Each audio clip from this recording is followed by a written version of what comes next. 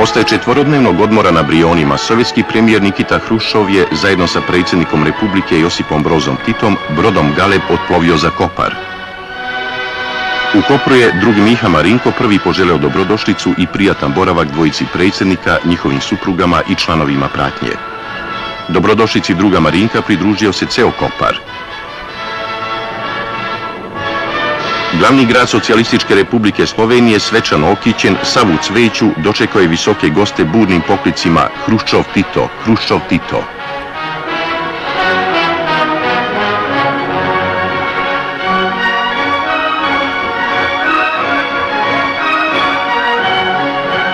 U rudniku Velenje rudari su dočekali dvojicu predsjednika rudarskim pozdravom srećno.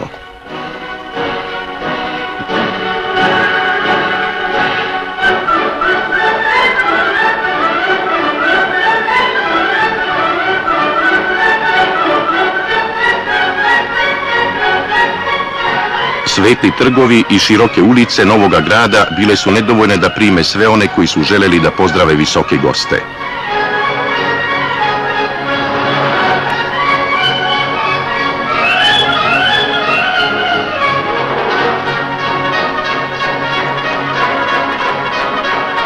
Odmah po dolasku gosti su pošli u Dom kulture u kome su prisustvovali svečanoj sednici Radničkog savjeta na koje je predsjednik Nikita Hruščov primljen za počasnog člana kolektiva rudnika Velenje.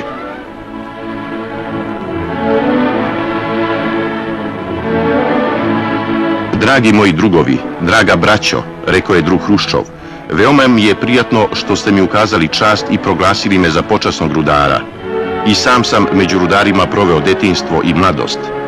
Boraveći kod vas vidim da vi dobro živite, dobro radite.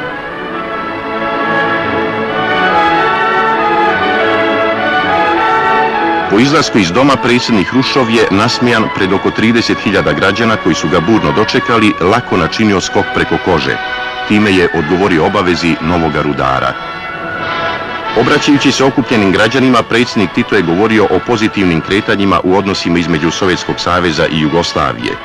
Mi se u potpunosti slažemo, rekao je Tito, da u sadašnje vrijeme nema važnijeg zadatka za komuniste i za progresivne ljude uopšte, a posebno za državnike od sprečavanja rata, očuvanja svjetskoga mira i jačanja saradnje među narodima. Mir je, rekao je drug Hruščov, uvek bio verni saveznik socijalizma, a u našoj epohi borba za mir je kao nikad do sada neraskidivo povezana s borbom za socijalizam. Na kraju svog govora visoki gost je rekao, čuvajmo, jačajmo i povećavajmo ono što nas ujedinjava. Čuvat ćemo i razvijati prijateljstvo naših bratskih naroda koje traje vekovima.